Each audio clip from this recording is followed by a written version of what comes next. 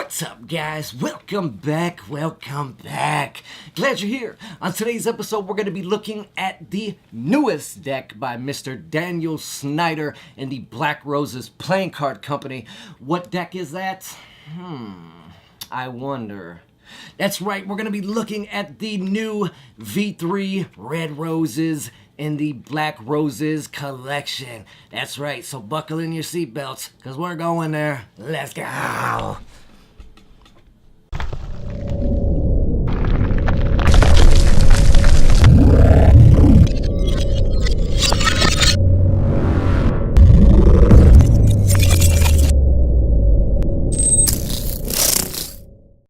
The Red Roses were funded at the end of August of this year after 289 backers, that's right, pledged over 22,600 euros and brought this project to life. The project was also funded within the first 24 hours, which is really nothing new as far as Daniel's campaigns. This was a 5,000 limited print run, and Daniel also, after hitting the 10,000 euro mark, dropped a second deck. That's right, a limited edition 1,000 only print run with a numbered tuck seal. It's a white gold edition of the Black Roses deck, which I'll be reviewing soon as well.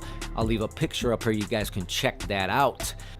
The front of the tuck case is all red, just like the entire body of the tuck itself. It has the all white Black Roses logo on the front, just like the previous versions as well, and nothing else on the front of the tuck. The sides of the tuck case, both the left and the right sides, both say the same thing. As far as the text is concerned, it says Red Roses Playing Cards with the logo in the middle. The bottom of the tuck case features ad copy by Daniel Schnieder and Black Roses Playing Card Company with the logo on the right side. The top of the tuck case says Red Roses with the logo in the middle and Daniel Schnieder's signature with no tuck seal, making these very quick and easy to get to. The back design on the tuck box is the back design on the cards. The minimalistic look that we all know and love Daniel for is back in the third version of the Black Roses saga. The little subtleties such as the heart pip where the club pip used to be on the previous two versions is just one of the minute changes. The beautiful red colorway surrounded by the medium-sized white poker border and subtle flourishes that make this deck the beautiful art piece that it is just eye-popping and catching. If you are a walk-around magician, a beginner magician, or just somebody who enjoys cards and collecting, well, this deck is definitely for you. Just like the previous two versions of this series, this deck is printed by the United States Playing Card Company on their thin, crushed premium stock.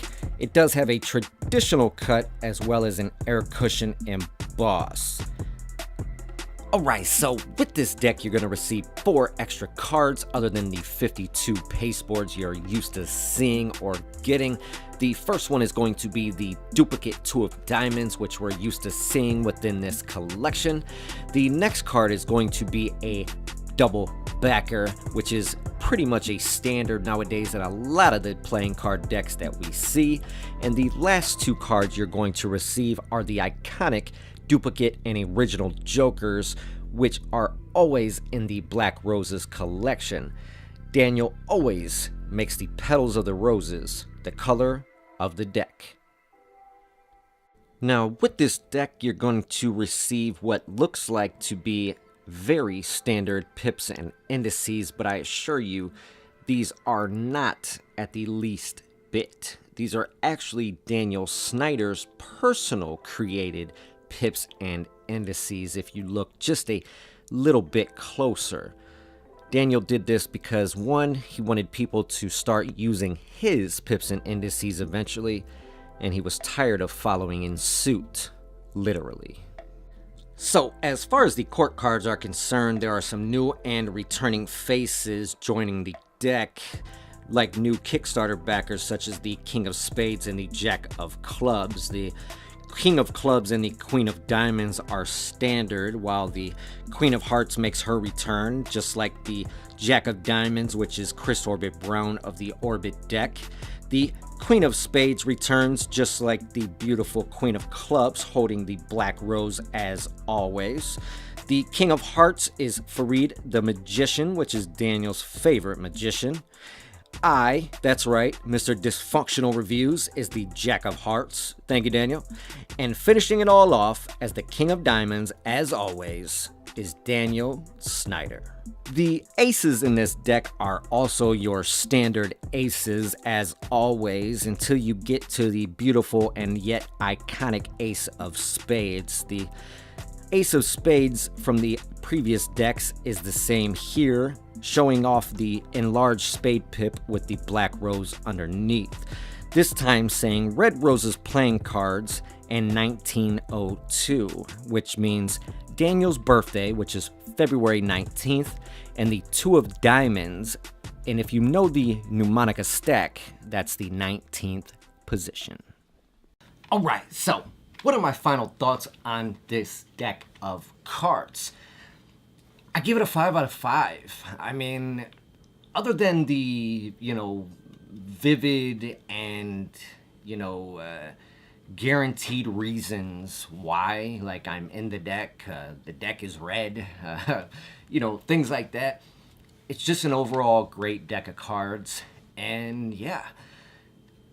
Here's the thing, when Daniel Schnieder sets out to make a deck of cards, he doesn't just sit down and, whatever happens, happens. He doesn't just chase after the coolest trend or, the hottest cardistry decks out or whatever's working. He actually almost works against the machine that's actually keeping everything going. That's how you know that it's a passion and it's not money driven for Daniel. I mean, of course, money is always going to be there. It's always a plus. But it's not like he's targeting a certain demographic. He's not, targeting just that niche market.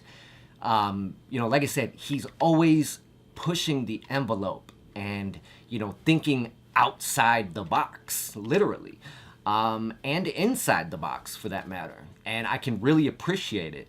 And, Daniel is just a very humbled, great guy. And I respect, his genius.